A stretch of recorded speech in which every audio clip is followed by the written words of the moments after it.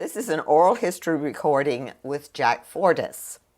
The interviewer is Jackie Kirsch, who is a friend of Jack's and a volunteer for West Volusia Historical Society.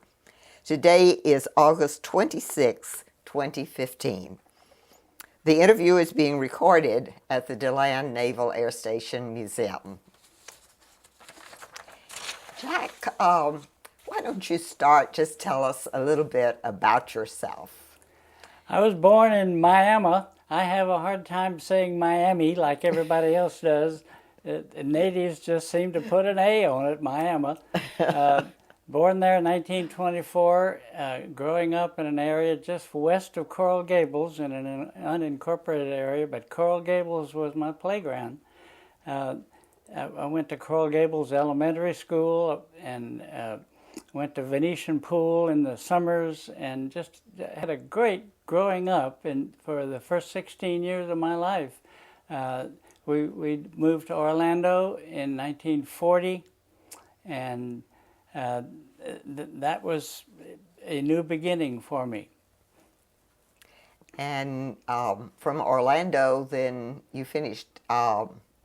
You went into the Navy. Yes, in Orlando. I had 2 years remaining of high school, so I graduated in 1942 from Orlando High School, and along with several others who were like me, who knew the war had just started during our senior year, and we knew what was coming.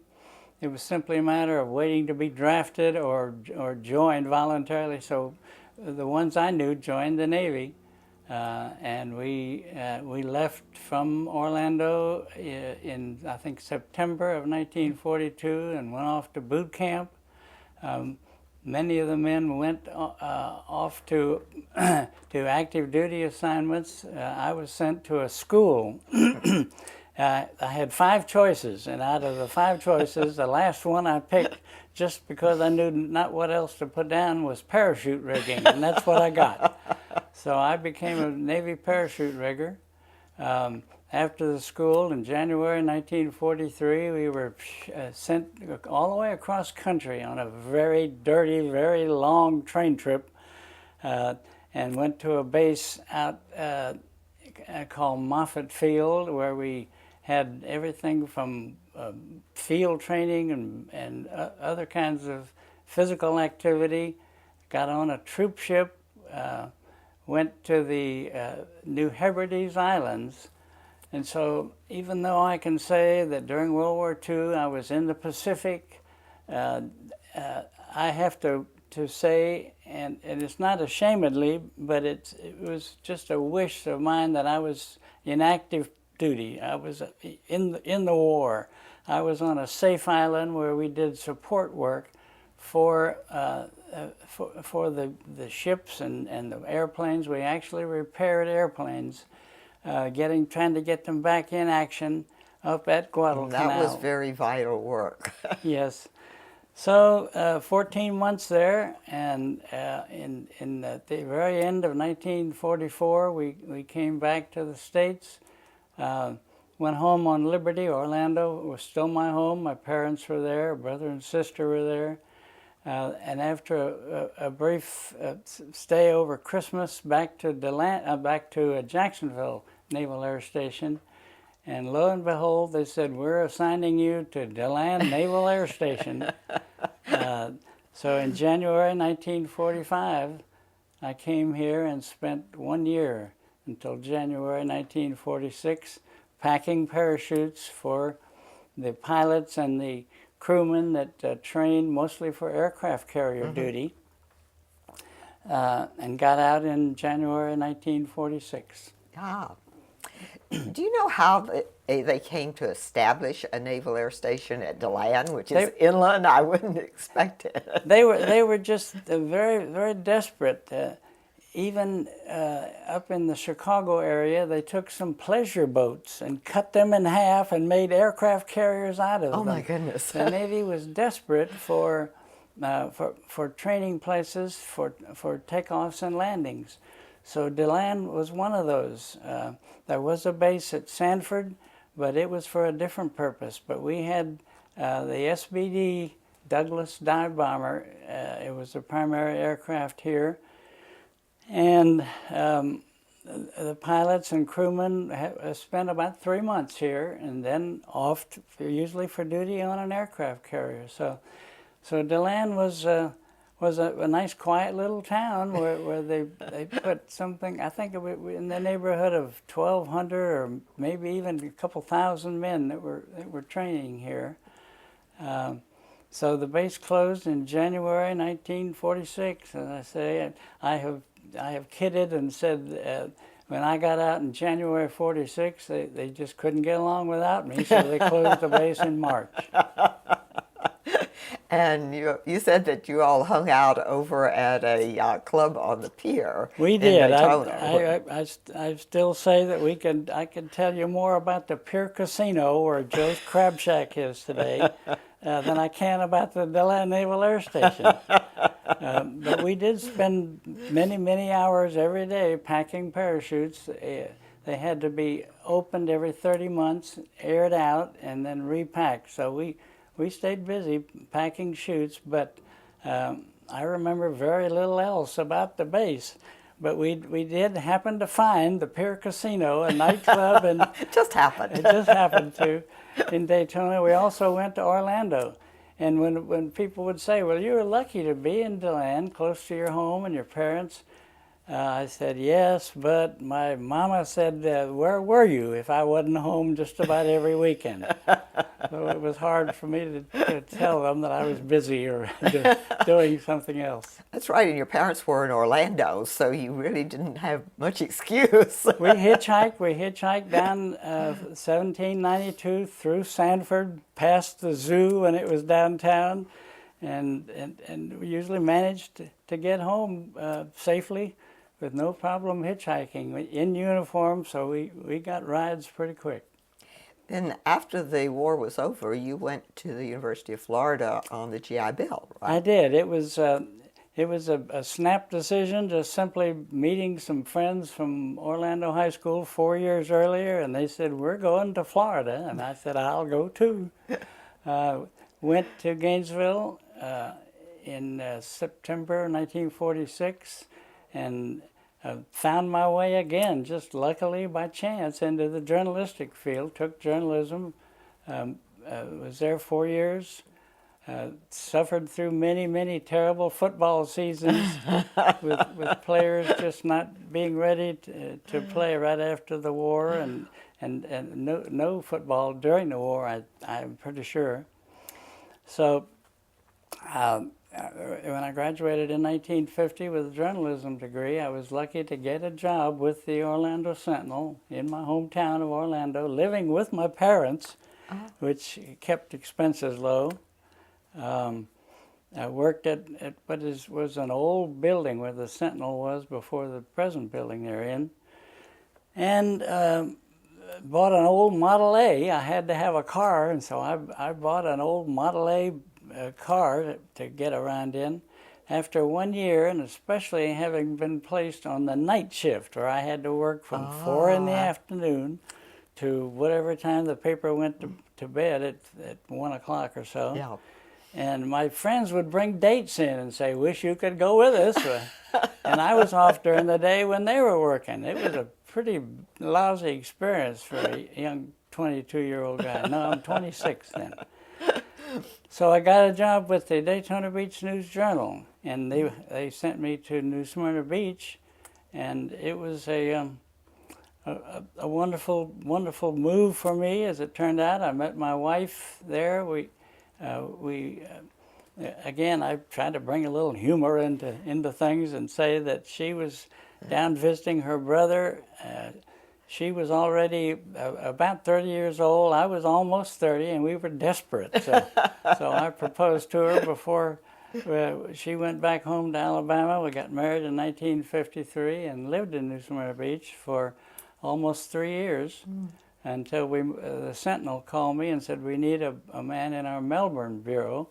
I went back to Melbourne and worked for the Orlando Sentinel for 2 years as a correspondent, just simply out on the street looking for news and covering city commission, city council meetings. There were actually 5 small communities, so I think I was out every night covering a council meeting. And your wife was Irene. Yes. What was her last name? Irene was a king, so I married a king. Yes. So and she was from Alabama. Yes, she was from Alabama. She worked in the bank in New Smyrna Beach, and she worked at the church. She became a church secretary at First Baptist Church. So we became active there. And again, this was day and night work. Anytime a phone rang or an ambulance sounded, I had to be Yes. there. Because the Sentinel, they had both a morning and an afternoon paper then, and wanted to get that news right in. So, and we used an old-fashioned teletype. We used an old Army field bag to. I took pictures with a great big speed graphic camera. Oh yes, I remember those.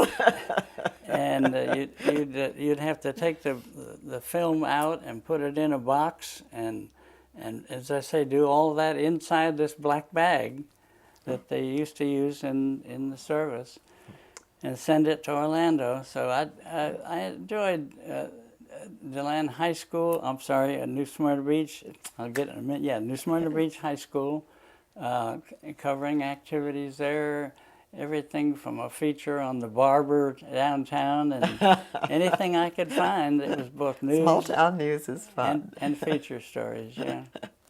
Then we covered vital statistics. How many children do you have? We have 2 children. Both of them were born in Melbourne. A daughter was born in 1956. She'll be 60 next year. After graduating from Stetson with a theater degree, majoring in theater, she went to North Carolina to get a master's degree and met her husband-to-be, a theater major. They were married here in DeLand, but went back to North Carolina. They went to New York. Her husband, Ken Strong. It was always interesting that with our root name Fortis, it's a Portuguese name with the base meaning of strong, strength. So she marries Ken Strong. And they spent some time in New York. But going back to, my son was born in 1960. We moved to DeLand in 1965. And they both started in school here. My son went from kindergarten through Stetson in DeLand. And you moved to DeLand to work for Stetson. Yes. Right? A friend of mine in Melbourne came to Stetson in a financial capacity, and I said, please find me a job over there. This is hectic country over here with crowdedness, traffic. I was in the missile program, working for Pan Am as a public relations man for 8 years, and while the work was interesting, it was hectic and long distance. You had to drive a long way to get to Patrick Air Force Base or the Cape, and you got home late. So I was able to be brought to Stetson and interviewed for the first time full-time fundraiser. And so I was hired as the director of the annual fund. Every college and university has one. Oh, yes. Seeking income and support from alumni. I also had to work with parents, trying to get parents to contribute, even foundations and even corporations, until they broke up those into other areas of work. I think you said they now have about 10 people doing what you did. Yeah. You think that it took that many? It took a few more. They just have larger staffs and were able to increase their size from what it was when I started. Mm-hmm. Who was president when you came to Stetson? Ollie Edmonds was president. So I worked under about 5 presidents. One man was there for only a year. His name was Paul Guerin. Yes. John E. Johns took over as president. Doug Lee came in as a development director and became my boss, and then moved up to where he became president. Pope Duncan was the last president that I worked under. Mm-hmm. So it was just an absolutely wonderful, wonderful time. Both kids got to go to college free. As I say, my daughter has been a teacher in North Carolina until it wore her out, and she's looking for a part-time job now until she can start drawing some retirement income. My son got a doctorate in education.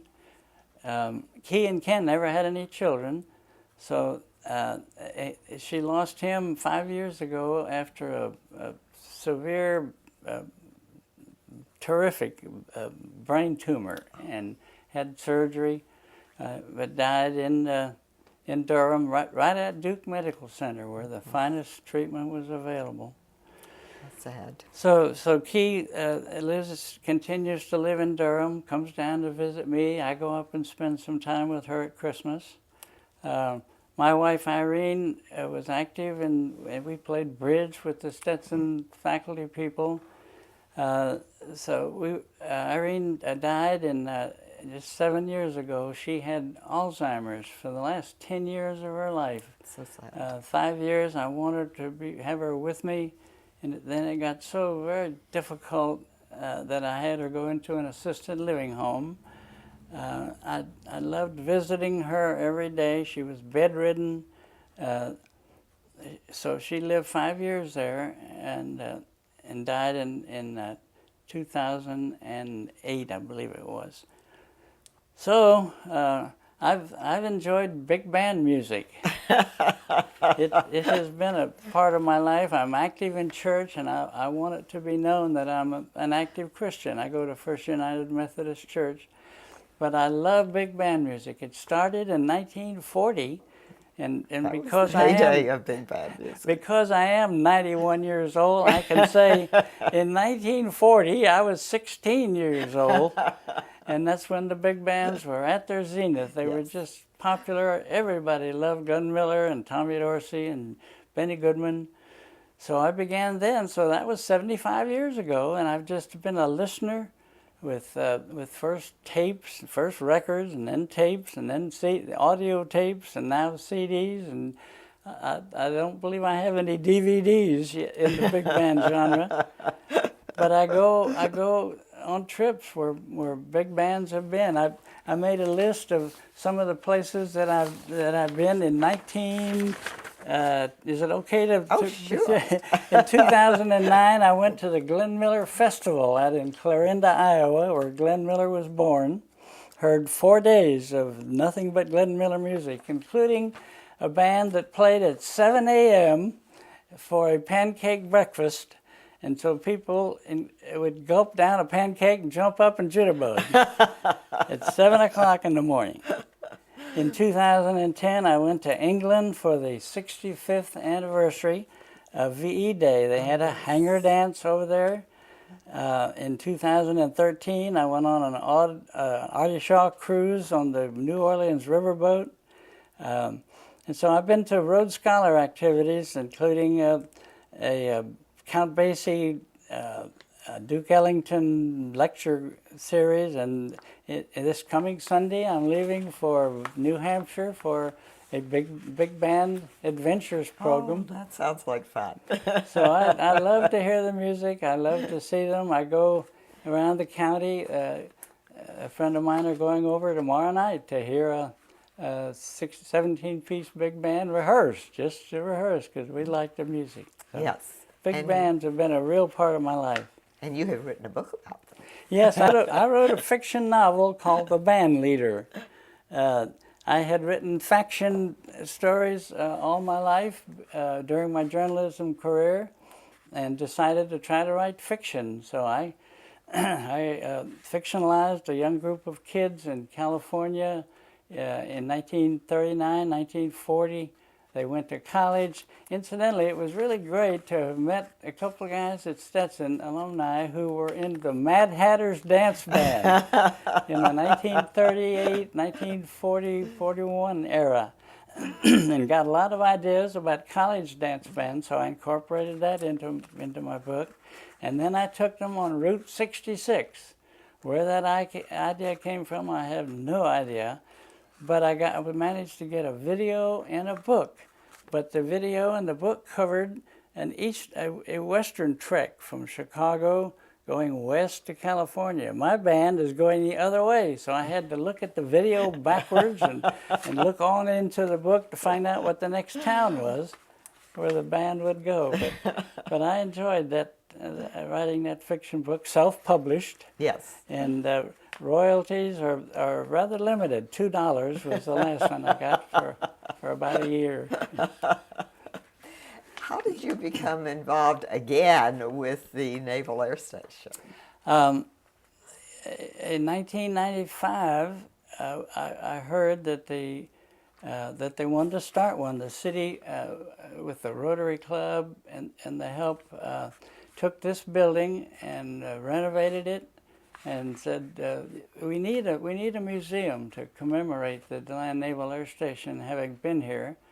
So we, over the 20 years, it'll be 20 years this November that we opened it, and we managed to get material and memorabilia. We have a room completely dedicated to the DeLand Naval Air Station. So I've been a volunteer as I grew in years. I said, I'm slowing down. I'm just not going to do, even though it seems like I didn't do much those 20 years, but I was responsible for the big band hangar dance and still work on that. It's the main fundraising project. It was. It's the main fundraising project that the museum has to try to operate. We get this building free from the city, but we have another building where we have our office, our computer. So there's some expense that we have each month, and that big band hangar dance helps us with that income. Did you actually have hangar dances during the war? There were. They had no place, but maybe there was a PX like area to have it. But there was a 17-piece band, which I hardly remember for the 1 year I was here, but I've seen pictures of it. I even have an audio tape. One of the men who was a singer, I think, with the band, he was still here in March when the base closed. He was a cook and had to be one of the last ones here. He saw the jukebox being carried off from the post exchange, the PX, went over to the truck that it was loaded on to go to the dump, grabbed the 78 RPM records off of it, took them home to him wherever he lived, made an audio tape and sent it to the museum. I hardly even told anybody it came. I simply took it and had a CD made of it. And so I use that to give programs. I go to nursing homes and retirement homes and give a little 20, 30-minute program on the big band era. And every one of those people, of course, lived in that area. Yes. Most of them remember Pennsylvania 65000 and Gunmiller. When I play these songs, they sing along. So I love to do that. I love to be invited. I don't make any charge. So I've been to about 10 of them around here. I just gave one last week to a group at that has a potluck supper at a manufactured home facility. So that's a wonderful service. I love it. And you're very active in many other volunteer activities. I've been active at the Y. I was on the board for a while. In fact, after I retired from Stetson, they heard about me and wanted to have a fund campaign to build the gymnasium. So in 1989, I became the consultant and fundraiser for the YMCA, and we managed to get one gift of $500,000. That's amazing. To build the gym, and we raised a couple $100,000 more and added restrooms. So I've been in a senior adult aerobics class for 12 years now. I wasn't too active during Irene's illness, but I go 3 times a week at 10 o'clock in the morning and jump and kick like my knees didn't hurt. So the YMCA and the church. I was active in a Baptist church for many, many years. and then recently became a member of the First United Methodist Church, and it's very active with working with the homeless. The homeless, yes. And I do a lot of work there. You have a particular group that works with the homeless, don't you? I do, yeah. There's a group that comes on Tuesday afternoon. They call it Mercy Hour, and the homeless come in at 3 o'clock on Tuesday afternoon, get a badge so that their name is there, and they are somebody most of the time living in the woods or living wherever they live. They're just unknown and unnamed almost, yes. So we try to make them feel at home. They have opportunities for showers and haircuts. We have a snack. We even have a Bible study, which I've been a part of. So I love the outreach of the church helping people. And the church has an interdenominational kitchen now. They do, serves yeah. meals to the homeless. And different churches. It's good that many churches come in one night a month usually to bring, most of the time they bring in the food. Sometimes they heat it up or cook there, but they serve as many as 100 homeless Monday, Tuesday, Thursday, and Friday. St. Barnabas Church does it on Wednesday night, and I believe St. Peter's has a weekend evening meal, so the homeless can find a good meal 7 days a week, at least one a day. That's wonderful. And you also volunteer with the school, don't you? I do. A group from the Baptist Church had a retired teacher and said they need kids, they need adults to help kids with reading. So we started going to Freedom Elementary School about 8 years ago. I've lost track of the time. And the rest of them seemed to drop by the wayside, but I know the teacher, a lady named Carolyn Mize, second grade teacher. So I think this is the 9th year that I will be there. Okay. She assigns a couple kids to me for just an hour, and I help them read, go to the computer, and get points. So, and this year, I just went yesterday to a training session for, for mentors. So I'll be a mentor to a high school student. Oh my goodness! For about a half hour once a week, and I look forward to that program. That's I can see you're just as busy in retirement as you were when you were working. Well, I'd say my health is so good. I've never had any major surgery, and so I say the good Lord and the YMCA have kept me going. Should have asked you, what was DeLand like when you first came here to work at Stetson? It was so small. Of course, I don't remember much. I would get out of it as quick as I could, hitchhiking to Orlando. It was Deadland. Yeah. But in 1965, when I came, there was one mom and pop hamburger place. And so I've just seen it grow. I've watched Orange City outgrow us and get all the major restaurants and everything. But DeLand is just so many people say it's a wonderful town, mostly because of Stetson, with music, athletics, theater, just so many things that retirees and people can enjoy. I missed asking you. You've been a longtime member of the Historical Society. Yes, Bill Dreger. You used to write a column about Yes, I did. history. Bill Dreger's was long the president, and then the executive director.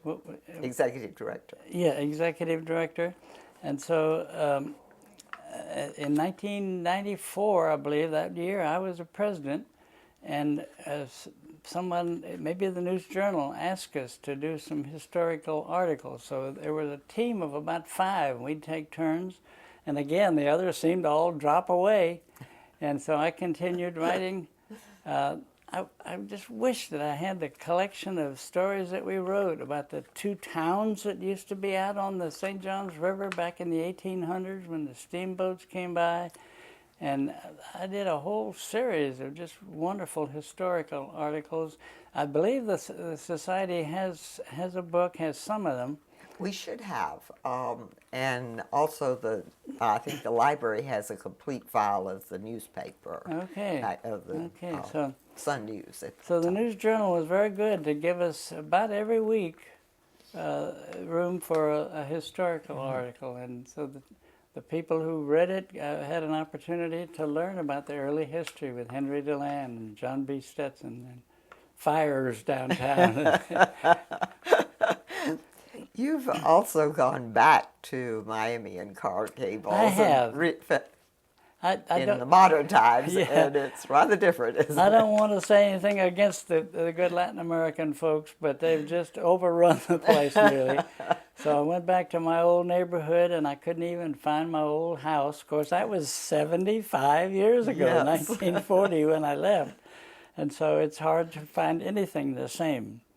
But nonetheless, the beauty is still there. The memories are still there. The 16 years of good growing up that I had, healthy growing. I called it a Garden of Eden.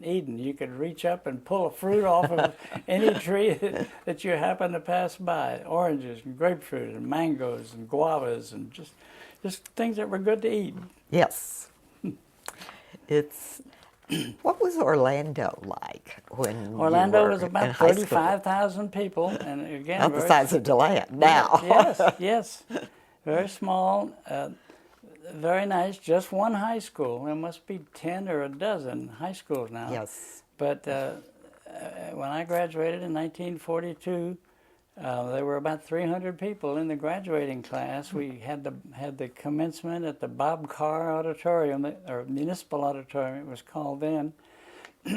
And the town was just small. You'd stand in front of one of the stores downtown Orlando and watch the cars go by, and people you knew, and they'd honk.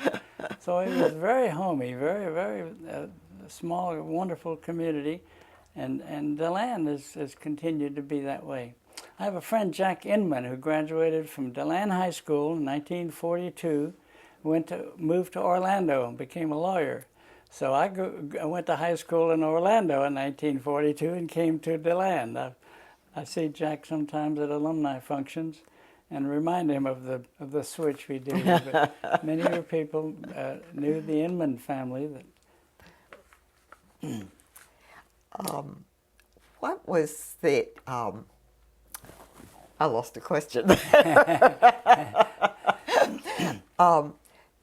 Is there anything that you would wish that you had done that you haven't done? Or maybe you never did a parachute jump when you were working with parachutes. Yes, yeah, that's a story unto itself. In the pre-war Navy, before the war, the parachute riggers then had to go to a school about 6 months in length, pack a parachute, jump with it, and then the wartime came and they rushed you through with just about 3 months training and no jump. So I say it worried me. I thought about it for 50 years, and I said, I really ought to jump. So I did a tandem parachute jump on my 70th birthday. My grandson came down from Georgia when he was 18, and we each had separate tandem jumps on my 90th birthday. So I'd say that the Skydive DeLand has promised me another jump 20 years from now, 2037 or something.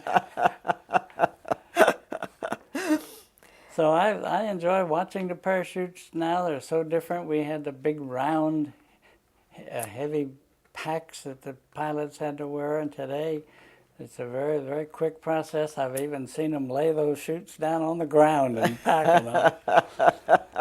I think we were a lot more careful than that. Well, thank you so much. You have certainly lived a wonderful life and Thank you, Jackie. been willing to share it with a lot of other people. I appreciate the Historical Society doing this interview, and I want to try to send a copy, if I can, to my kids. So by all means. they'll learn a few things about their dad that they probably didn't know.